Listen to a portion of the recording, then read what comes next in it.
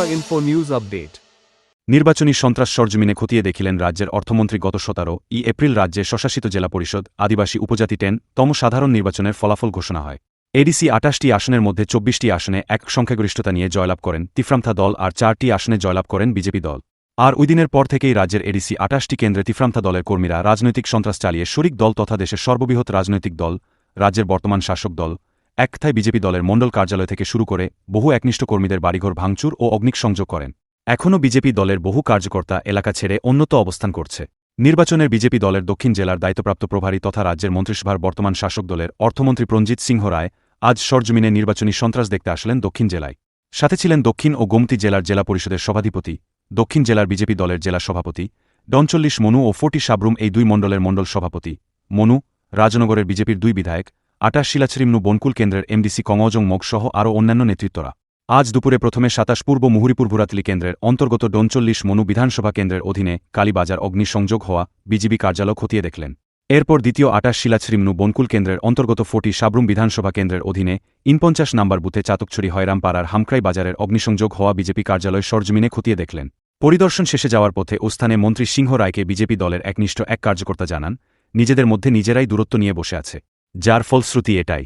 এরপর তৃতীয় চালিতা বনকুল এলাকার 2টি অগ্নিসংযোগ হওয়া বিজেপি কার্যালয় পরিদর্শন করেন। পঞ্চম মনুবনকুল মহামনি বুদ্ধমন্দির সংলগ্ন ট্যুরিস্ট প্লেজে রাজনৈতিক সন্ত্রাসের চিত্র দেখে চলে যায়। শিলাছড়ি অগ্নিসংযোগ হওয়া বিজেপি কার্যালয় ও আক্রান্ত কার্যকর্তাদের দেখতে চলে যায় বলে জানা গিয়েছে।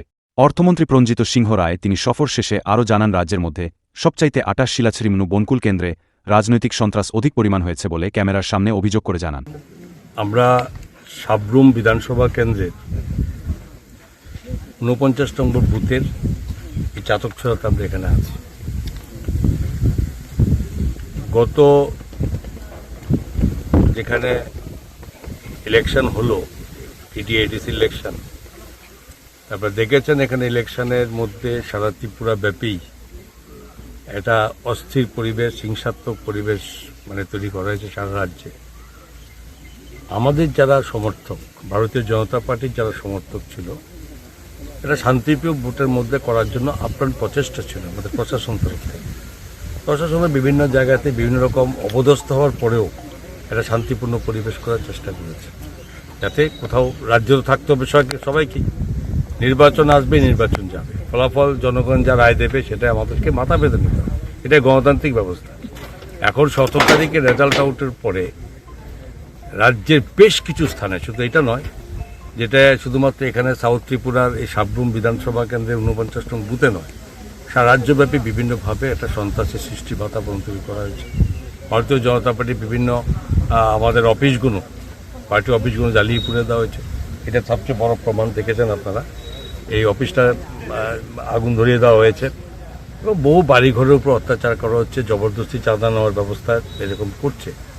তো রাজ্যের মাননীয় মুখ্যমন্ত্রী পরিষ্কারভাবে জনজাতি অংশের মানুষের ভোট আমাদেরকে কম পায়নি। যদি আমাদের বিগত নির্বাচনে আমরা দেখেছি যতটা সংখ্যক ভোট পেয়েছিলাম তার থেকে প্রায় 90,000-এরও বেশি ভোট আমরা এবার পেয়েছি। জনজাতি অংশের বিশাল অংশের মানুষ এবার সমর্থন দিয়েছে ভারতীয় জনতা পার্টিকে। সিট কম পেতে পারি কিন্তু ভোটের সংখ্যা অনেক বেড়েছে। কিন্তু এইটার যে রিফ্লেকশন, এইটার এগেনস্টে যেভাবে একটা অত্যাচার চলছে, এটা কিন্তু কোনো মতেই এটাকে সমর্থন করা যায় না। আমরা এখানে বেরিয়েছি সমস্ত আমাদের বিভিন্ন মন্ত্রীরা মাননীয় মুখ্যমন্ত্রীর নির্দেশে রাজ্যের প্রতিটি জায়গায় যেখানে যেখানে আমাদের কর্মীদেরকে আক্রান্ত করা হয়েছে, কর্মীদেরকে আমাদের ক্ষতিগ্রস্ত করা হয়েছে, পার্টি অফিস জ্বালিয়ে দেওয়া হয়েছে, সেই জায়গাতে আমরা ভিজিট করছি বিভিন্ন মিনিস্টার। এই মুহূর্তে আমার এখানে দায়িত্ব ছিল সাউথ ত্রিপুরা, গোমতী ত্রিপুরা। এখানে এসেছি যাতে এটা কোনো অংশে নেই, কোনো আমাদের কর্মী সমর্থকটা এটা কোথাও ভাবার কোনো কারণ নেই যে আমরা তাদের থেকে দূরে আছি। নির্বাচন আসবে, নির্বাচন যাবে, কিন্তু প্রতিটি পরিবার, ভারতীয় জনতা পার্টির পরিবারকে অবশ্যই সেখানে তাদের এই যে একটা দুঃসময় তাদের পাশে দাঁড়ানো, এটা আমাদের যা কর্তব্য। এবং এইটা নয় শুধু, এটার মনে নয় শুধু আমাদের পার্টি, সাধারণ মানুষ যারা এই অত্যাচারের শিকার হচ্ছে তাদের পাশেও সরকার আছে। এবং আমি অনুরোধ করব যারা এই ধরনের সন্ত্রাসের যুক্ত হচ্ছে তাদেরকেও রিকোয়েস্ট করব, তারাও রাজ্যের মানুষ, তাদেরও অধিকার আছে, কিন্তু অধিকারটা এইভাবে নয়, একটা সুন্দর সম্পর্ক বজায় রেখে চলাটাই মূল প্রত্যেকের দায়িত্ব, কর্তব্য বলে। তবে রাজ্য শান্তি হবে এবং এটা আমি আশা করি। এবং আমি এখানকার যারা কর্মী সমর্থক আছে তাদেরকেও বলবো শান্তভাবে কোথাও মানে অস্থির নয়, কোথাও তাদের মধ্যে যাতে ওদের মতো বাতাবরণ না হয়, এটা আমার একটা অনুরোধ থাকবে। সহিংসতা কারা করছে আপনার কাছে মনে হচ্ছে? সহিংসতা তো ধরুন ভারতীয় জনতা পার্টির যদি অফিস আক্রান্ত হয়, ভারতীয় জনতা পার্টি যদি কর্মী সমর্থকদের বাড়ি ঘরে আগুন লাগানো হয়, ভারতীয় জনতা পার্টির সমর্থকদের উপর যদি মারধর করা, জুলুম করে, তো এটা তো অপোজিট পার্টি করবে। তো অপোজিট পার্টি কে জিতেছে এটা আপনি জানেন, এখানকার টিপ্রা মতা জয় করেছে, এই বুথে ভারতীয় জনতা পার্টি ভোট বেশি পেয়েছে। তো এই যে ব্যবস্থাপনা, এতে পরিষ্কার প্রমাণিত হয় যারা এখানে ভোট কম পেয়েছে সেটার হয়তো অ্যাকশন হয়েছে ভারতীয় জনতা পার্টির হাতে, এবং টিপ্রা মতা করতে পারে। এবং এটা নয়, বিভিন্ন জায়গায় এটাও দেখা গেছে যে এর মধ্যে যারা কিছু বিরোধী পার্টি আছে, যেমন ধরুন লেফটফ্রন্টে আছে মন্দুকেতা, তো এদেরও দেখা গেছে যে ওদের ভোট অনেক কমেছে গতবারের থেকে। তো ওরাও এখানে একটা রাজ্যের পরিস্থিতিকে একটা হিংসাত্মক পরিস্থিতি করার জন্য এরাও বিভিন্ন জায়গাতে আমরা খবর পেয়েছি, তারাও এটা মানে একটা অশান্তির পরিবেশ তৈরি করার জন্য তাদেরও একটা মদত আছে।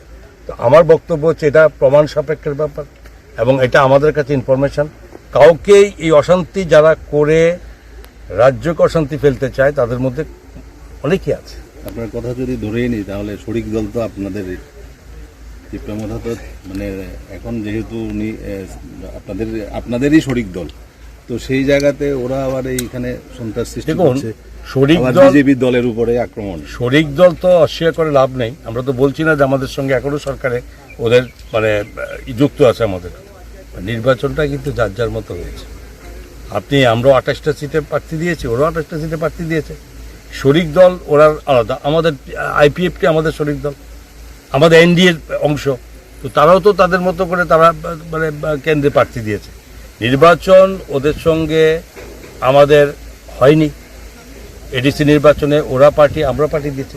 সেইভাবে আপনি হিসাব করলে তো হবে না। শরিক দল আমি অস্বীকার করি না, কিন্তু এই নির্বাচন আলাদা। এই নির্বাচন যার যার মতো তাদের করেছে। রাজ্যের বিভিন্ন প্রান্তে এই ধরনের ঘটনা ঘটছে, আপনার কর্মীর উপর আক্রমণ হচ্ছে। রাজ্যের যে এখন এডিসির প্রধান বিরোধী দল মানে শাসক দল মতার যে সুপ্রিমো, ওনার কাছে আপনি কি আহ্বান রাখবেন? ওনার কাছে অবশ্যই আমাকে বলতে হবে, যিনি ওনার দল এডিসিতে ওনার সংখ্যাগরিষ্ঠতা, নিরঙ্কুশ সংখ্যাগরিষ্ঠতা পেয়েছে, এবং তারাই এডিসি সরকার গঠন করবে। এবং ওনারও কিছু বিবৃতি আমি দেখেছি সোশ্যাল মিডিয়াতে, বা যেখানে উনি মানে এটাকে সমর্থন করেননি, এবং যেটা বলেছেন আমার পরিষ্কার কথা থাকবে এটা, যেহেতু উনি বলেছেন সোশ্যাল মিডিয়ায় বলেন যে যারা অত্যাচার করে তারা সন্ত্রাসবাদী, তাদেরকে মানে কখনো অবস্থায় উনি সমর্থন করেন না। আমার বক্তব্য হচ্ছে ওনার বক্তব্য সমস্ত টিপ্রামতার সমস্ত যারা আছে ওনার বক্তব্য শুনেন। তো স্বাভাবিকভাবে উনি বলছেন, তারপর থামছে না। আমি ওনার কাছে আমার বক্তব্য থাকবে, উনি যেটা বলছেন সেটা যাতে রাজ্যে এটা প্রতিফলিত হয়। ওনার বক্তব্য, উনি শান্তি চেয়ে বলছেন কথা, সে শান্তি যাতে বিরাজ থাকে, এটা আমার আবেদন থাকে। To Tripura Info and press the bell icon so that you never miss any latest updates and news on Tripura.